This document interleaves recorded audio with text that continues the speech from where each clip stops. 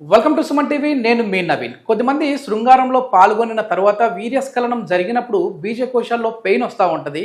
అసలు ఈ సమస్య ఏంటి, అదేవిధంగా వారికి ఎట్లాంటి ట్రీట్మెంట్ ఉంది అని తెలుసుకుందాం. ప్రస్తుతం మనం వచ్చేసి ట్రీట్మెంట్ రేంజ్ హాస్పిటల్లో ఉన్నాం. మనతో ఉన్నారు ప్రముఖ సైకియాట్రిస్ట్ మరియు సెక్సువాలజిస్ట్ డాక్టర్ సునీల్ కుమార్ రెడ్డి గారు. హాయ్ సార్, నమస్తే. నమస్కారం సార్, వీర్యస్ఖలనం అయిన తర్వాత అసలు బీజకోశాల్లోంచి పెయిన్ ఎందుకు వస్తూ ఉంటుందండి? అసలు ఇది చాలా కామన్గా నన్ను అడిగే క్వశ్చన్ అండి. దీన్ని పోస్ట్ ఎజాక్యులేటరీ డిస్పెరినియా అంటాం. అంటే సెక్స్ అయిపోయిన తర్వాత వీళ్ళలో ఏంటంటే రకరకాల మానసిక ఇబ్బందులు, ఫిజికల్ డిజబిలిటీస్ ఇబ్బంది పడతారు. ఓకే. సో కొంతమంది అసలు ఇంకా సెక్స్ ఎందుకు నేను చెయ్యను దీనివల్ల అసలు ఇంకా దానికి దూరంగానే ఉంటారు. అవును, అసలు అంగస్తంభన రావాలంటేనే భయపడేటట్లు ఉంటారు. సో ఇది ఏంటంటే బిఫోర్ మ్యారేజ్ వాళ్ళకి ఎందుకులే అని చెప్పేసి లైట్ తీసుకుంటారు. ఆఫ్టర్ మ్యారేజ్ ఏమవుతుందంటే ఈవెన్ ఇమీడియట్లీ ఆఫ్టర్ ఎజాక్యులేషన్ వాళ్ళు మీరు అన్నట్టు వృషణాలలో పెయిన్ కావచ్చు, ఈ లోవర్ అబ్డామిన్లో అంటే కడుపు కింది భాగంలో పెయిన్ రావటం కావచ్చు, ఇంకా రకరకాల సిమ్టమ్స్. కొంతమందికి ఫ్లూ లైక్ అంటే జ్వరం వచ్చేసినట్టు, జలుబు ఉన్నట్టు ఫీల్ అవ్వటము. కొంతమందికి మెంటల్ హెల్త్ ఇష్యూస్, యాంగ్జైటీ, భయము, అసలు ఏమీ పని చేయలేకపోవటము, ఇలాంటి సిమ్టమ్స్ వస్తాయండి. సో ఇది చాలా మంది ఫీల్ అవుతారు కానీ బట్ లైట్ తీసుకుంటారు. చివరికి వాళ్ళు సెక్స్ దూరం పెడతారు కానీ ఈ సిమ్టమ్స్ ని క్యూర్ చేసుకోరు. సో దీన్ని పోస్ట్ ఎజాక్యులేటరీ డిస్పెరినియా అంటాము. దీన్ని ఈజీగా ట్రీట్ చేసుకోవచ్చు. అంగస్తంభన సమస్యకు కూడా దారి తీసే విధంగా ఉంటుందా సార్? అవును. ఇది చిన్నగా ఏమవుతుంది అంటే వీళ్ళు ఈ పెయిన్ కి భరించలేక ఈ మూడ్ స్వింగ్స్ ని ఇబ్బంది పడుతూ నాకు ఇంకా ఈ సెక్షువల్ యాక్టే వద్దు అని చెప్పేసి దూరం అవుతారు. దాంతో చిన్నగా అంగస్తంభన ప్రాబ్లమ్స్ కూడా వస్తాయి. సో ఒకవేళ అంగం స్తంభించినా కానీ ప్రిమెచ్యూర్ ఎజాక్యులేషన్స్కి అంటే త్వరగా స్ఖలనం అయిపోవటము, అసలు పర్ఫార్మెన్స్ యాంగ్జైటీలోకి వెళ్ళిపోవడము, ఓవరాల్ టోటల్ సెక్షువల్ డిస్ఫంక్షన్లోకి వెళ్ళడం జరుగుతుంది. మామూలుగా ఏంటంటే స్ఖలనం జరిగింది అని అంటే ఒక రిలాక్సేషన్ మూడ్లోకి వస్తారంటారు, కానీ ఇక్కడ చూస్తే వీళ్ళ మూడ్ స్వింగ్స్ కూడా మారిపోతూ ఉంటాయని చెప్పేసి విన్నాను సార్. ఎగ్జాక్ట్లీ. మీరు ఎప్పుడైతే స్ఖలనం జరుగుతుందో మనం ఆర్గజం అంటాం, అంటే ఆ సెక్షువల్ యాక్ట్లో హైయెస్ట్ స్థితికి వెళ్ళటం.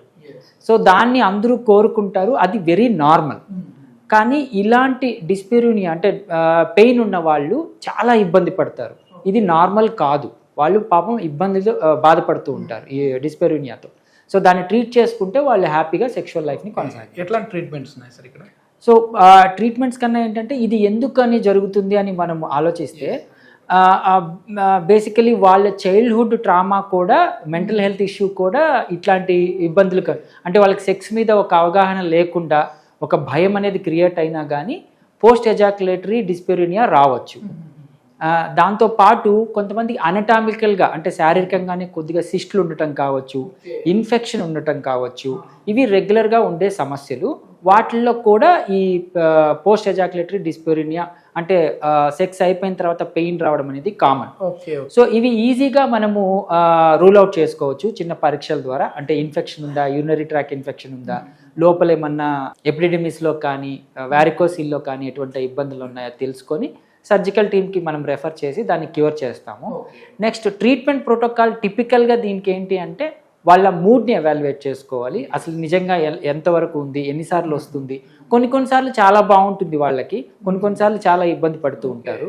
సో వాళ్ళు సార్ నాకు అంతా బాగుంది, నాకు ఎరెక్షన్స్ బాగా వస్తున్నాయి, ఎజాక్యులేషన్ బాగానే ఉంది, బట్ పోస్ట్ ఎజాక్యులేషన్ తర్వాత నాకు పెయిన్ వస్తుంది, భరించలేకుంటున్నాను, దీనివల్ల నేను సెక్సే చేయకూడదు అనుకుంటున్నాను అని ఇబ్బంది పడుతూ ఉంటారు.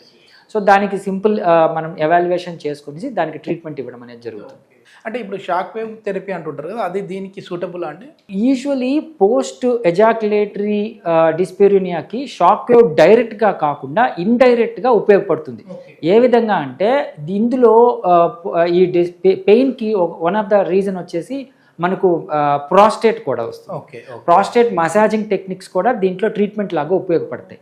సో ఈ షాక్ వేవ్ ఏం చేస్తుంది అంటే ఎప్పుడైతే సెక్షువల్ డిస్ఫంక్షన్ని ఇంప్రవైజ్ చేస్తుందో, ఎరెక్టైల్ డిస్ఫంక్షన్ని, ప్రిమేచ్యూర్ ఎజాక్యులేషన్ ఇంప్రవైజ్ చేస్తుందో ఆటోమేటిక్గా సెక్షువల్ యాక్ట్ అనేది ఇంప్రూవ్ అవుతుంది.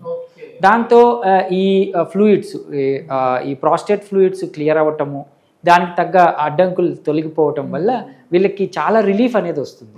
సో హ్యాపీగా సెక్షువల్ లైఫ్ అనేది కంటిన్యూ చేస్తారు. అంటే హస్తప్రయోగం చేయని వాళ్ళలో కూడా అంటే చాలా వరకు మంచిదే. వారానికి ఒకసారి చేసుకోవడం మంచిదే, నెలకు ఒకసారి చేసుకోవడం మంచిది ఇట్లా అంటూ ఉంటారు కదా. సో డాక్టర్స్ మీలాంటి అంటే కొద్దిమంది ఆయుర్వేదంలో యునానిలో ఇది తప్పు అని అంటుంటారు. సో అలోపతిలో మాత్రం పర్లేదు, ఇది అంటే లిమిటెడ్గా చేయడం మంచిది అంటుంటారు. ఇట్లా అసలు హస్తప్రయోగం చేయని వాళ్ళలో కూడా ఈ ప్రాబ్లం చూస్తుంటాము. అవునండి, ఇది అంటే ఈ డౌట్ హస్తప్రయోగం చేస్తే ఇలాగ వచ్చిందా అనుకొని కూడా అడుగుతారు నన్ను.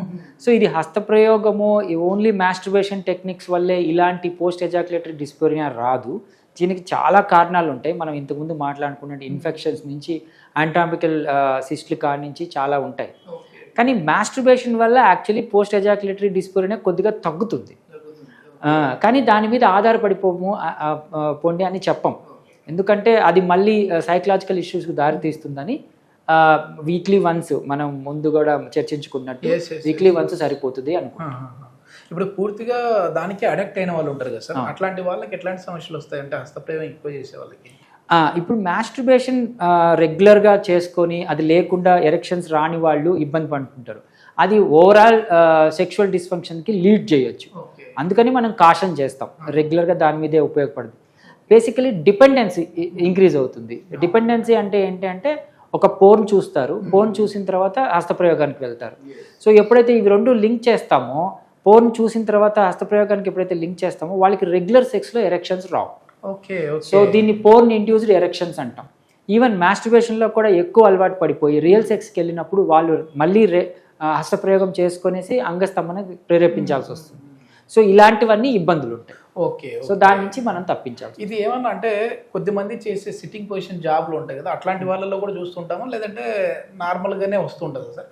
యూజువల్లీ పెల్విక్ గడ్డిల్ అంటే మనము ఈ నడుం భాగం ఏదైతే ఉంటుందో దానికే యాక్చువల్ సమస్య.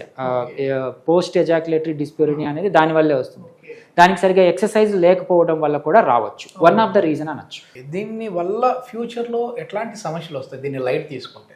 సో ఈ పెయిన్ ఏదైతే ఉందో దాన్ని అసలు ఈ మనం సెక్షువల్ యాక్ట్కి వెళ్ళకుంటే పెయిన్ రాదు కదా అని చెప్పేసి వాళ్ళు నిజంగా సెక్స్కి దూరంగా ఉంటారండి. ఈవెన్ వాళ్ళ సెక్షువల్ పార్ట్నర్ని కూడా ఒప్పిస్తారు, నాకు ఇలా పెయిన్ ఉంది, ఇబ్బంది పడుతున్నాను నేను, అందుకని వాళ్ళు దూరంగా. సో ఫైనల్లీ ఏమవుతుందంటే ఎరెక్టైల్ డిస్ఫంక్షన్కి వస్తారు. మొత్తానికి మర్చిపోతారు దాన్ని. అవును, సెక్షువల్ యాక్ట్ అనేది మర్చిపోతారు. పాపం పైనే ఇబ్బంది పడుతూ ది ఎరెక్టైల్ డిస్ఫంక్షన్లోకి వెళ్ళిపోతారు. ఎప్పుడైతే ఎరెక్టైల్ డిస్ఫంక్షన్ వస్తుందో ఈవెన్ కోరికలు ఉన్నా కానీ వీళ్ళకి ఎరెక్షన్స్ రావు. సో చాలా ఇబ్బంది పడుతుంది. ఇది మొత్తానికి ఏంటంటే బీజకోశాల్లో ఏదో పెయిన్ వచ్చింది కదా అని చెప్పేసి లైట్ తీసుకోకుండా ఇది వచ్చిన వెంటనే మీకు అందుబాటులో ఉన్న డాక్టర్ని కన్సల్ట్ అయ్యారు అని అంటే దీనికి సంబంధించి ట్రీట్మెంట్ అద్భుతంగా ఉన్నాయంటున్నారు. ముఖ్యంగా ట్రీట్మెంట్ రేంజ్ హాస్పిటల్లో దీనికి 100% సక్సెస్ రేట్ ఉంది అని చెప్పేసి సునీల్ కుమార్ రెడ్డి గారు చెప్తున్నారు. ఫర్దర్ ఇన్ఫర్మేషన్ ఏదైనా కావాలంటే కాంటాక్ట్ నెంబర్ ప్రొవైడ్ చేస్తూ ఉన్నాం, మీరు నేరుగా సార్తో మాట్లాడచ్చు. Thank you.